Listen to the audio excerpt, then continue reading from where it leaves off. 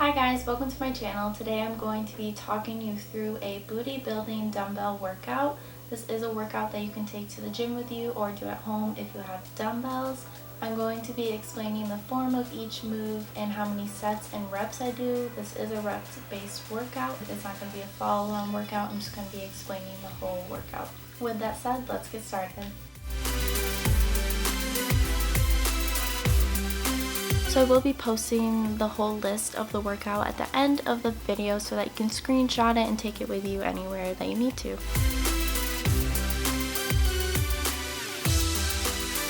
Okay, so the first move is Bulgarian split squats. So that's basically just an elevated split squat. If you're a beginner, you can do a normal split squat like this. And you want to focus on pushing through your heel. But if you want to do Bulgarian split squats, you get a box or a bench that is around knee height. And then you place your foot on it. You can put your toes down, or some people like to press like that. So a good way to start a Bulgarian split squat is start on the ground. So you put your toes here, and then you want your weight to be on your front leg. You don't want to push through your back leg. So my toes are barely on the box. And so it is okay to have your knees go over your toes in this movement, and you hold the weight in your opposite hand of the front leg.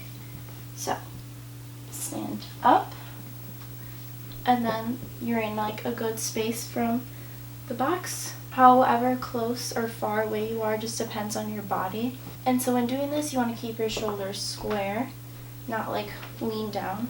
So the movement, you want to focus on hinging your hips backwards rather than just going down.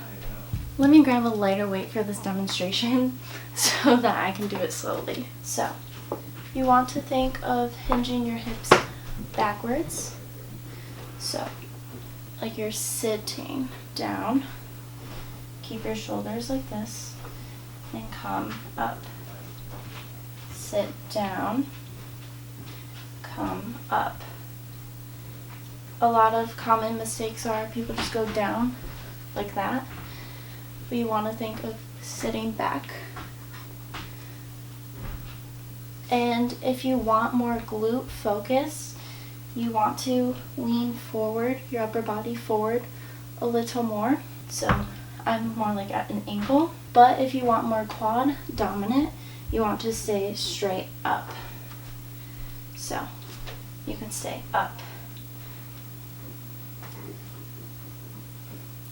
And if you have bad knees, I would suggest staying more upright rather than leaning forward, because leaning forward puts more pressure on your knees. So that is your first move, and you do 8 sets. No. You do 8 reps for 4 sets. That is like a good range to do. And for the rest between each set and each move, you want it to be at least 60 seconds. I usually do 90 seconds. If it is like a really heavy move like hip thrust, I do 2 minutes at least.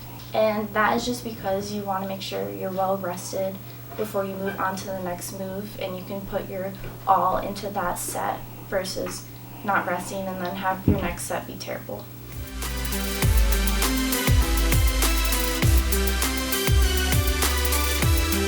So for the next move, we have toe elevated Romanian deadlifts. We do, again, 8 reps of 4 sets. So I just use weights to elevate my foot. You don't want like an insane like elevation.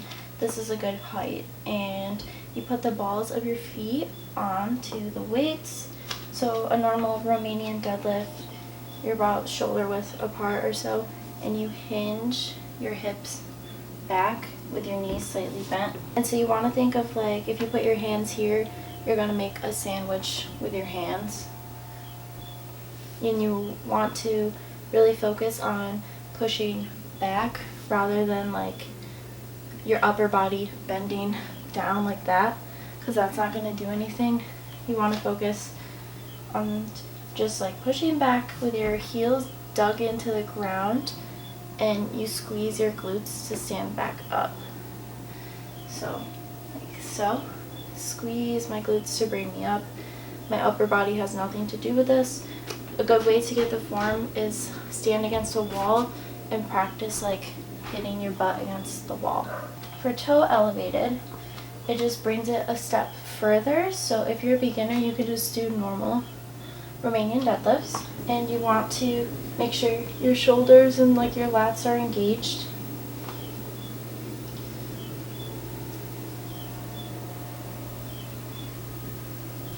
So, some tips: you want to keep the dumbbell close to your shins. You don't want to be like all the way out here with the dumbbells. Stay close to your shins and make sure you really squeeze when you come to the top. The toe elevated just really gives that extra stretch in your hamstrings. If you want to take it a step further, don't come all the way up for a full rep. You can go like this and just come here, and it keeps your glutes engaged the whole time instead of all the way up. And you don't want to extend like that. That's really bad.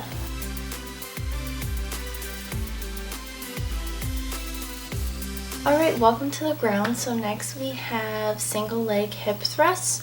So we're doing 3 sets of 8 on each leg. So I alternate my legs and count that as 1 set and do it that way. Or you can do it all on one side and then switch to the other side. So for a single leg hip thrust, you want again a box or a bench. And you want it to be around your lower shoulder blades in your back. You don't want to be too low onto the box or bench, or you don't want to be way up here. And so I normally use a sweat towel to place the weight on just because it kind of hurts my hip bones. So if it is a little bit of a higher surface that you're leaning back on, I usually use my elbows and get situated. So this is kind of the angle you want your leg. If it is further out, you get more hamstring, and if it is straight up and down 90 degrees, you get your glutes, and if it's a little bit in, you get your quads. So I kind of like it around here. You just kind of got to do what feels good. So you place the weight on one side. So I'm working my right leg right now. And so you want to keep your chin tucked and you lift this leg up. So what I do is 1, 2. So I bring my opposite leg that's not working, I bring it down and up for each rep. You can keep it up the whole time, but I just feel like that flows better when I do it that way. And you only want the weight on this side, and you want to think of pushing through your heel. And let me move this real quick. So without the weight, you want to make sure your hips are in line. You don't want to be to one side or the other side. So when the weight's on this side, you don't want to be leaning down, working like that. You want to make sure your hips are in line like this, and they move at the same time, not crooked or anything. They move to the same height. So chin is tucked. You're not throwing your head back or anything like that. Another important thing is you want to make sure your pelvis is tucked under versus this, arch your back. A lot of people, I don't even know how to do it. They go like this, and that's not going to do anything. Keep your pelvis tucked. So you'd be like this, and you want to focus on, when you go up, squeezing your glutes to raise you up. You don't want to be going up and then squeezing your glutes at the top. That's what you want to use to actually raise you. So this is just what it looks like from the other side.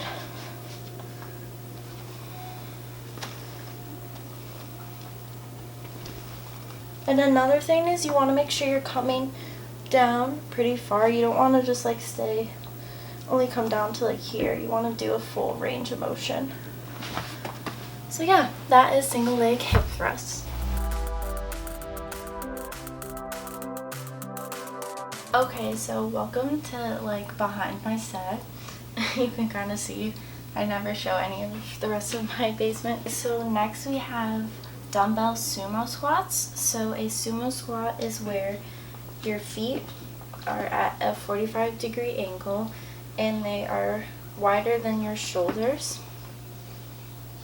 And it's just like a squat like that.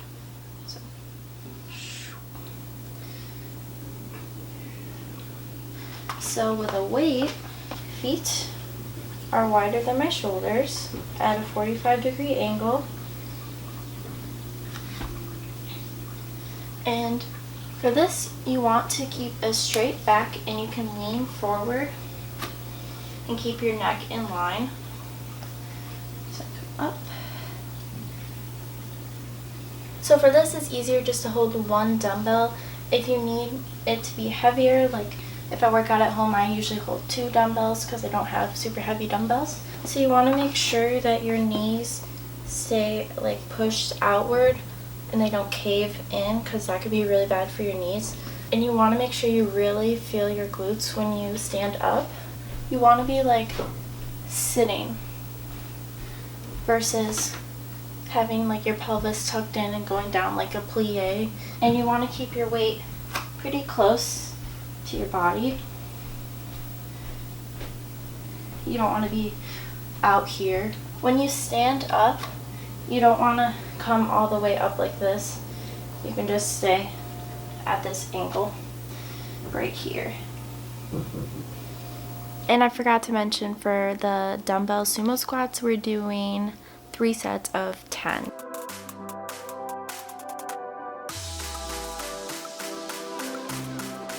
For the last move, we have glute bridges, and we'll be doing 3 sets of 10.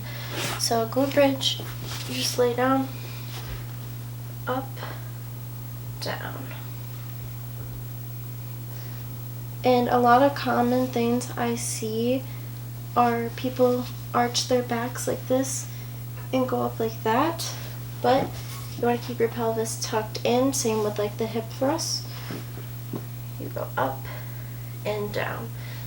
And same with the hip thrust, you want to squeeze your glutes to actually raise you up. So I just squeeze my glutes together to raise me and lower down, versus going up and then squeezing. And you want to focus on pushing the weight into your heels, and if you want, you can just raise your toes up and just do them pushing through your heels. And another thing, it doesn't matter how high up you go, it just matters how hard you're squeezing. So just go up as high as you can and go back down. And you don't want your knees to cave in, you just want them to stay straight, kind of like a squat.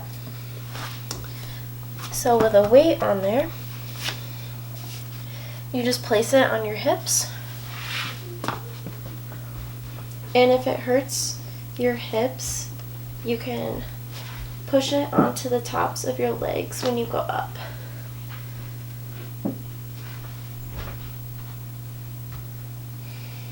So yeah, that is a glute bridge. So overall, when you're working on these moves, you don't want to do them super fast. You want to actually be slow and controlled and really get the most out of the movement. And remember, always form is better than lifting heavy weights. So if your form is like compromised when you're trying to lift heavy, definitely bring the weight down and focus on the form. And then once you have the form down, then you can start lifting heavy. So yeah, that's just a tip for you. Thank you guys for watching this video. I really hope you enjoyed it. This was really fun to film, like a different style of video, and I'm definitely going to be doing more of these. Thanks for watching, and I'll see you next week.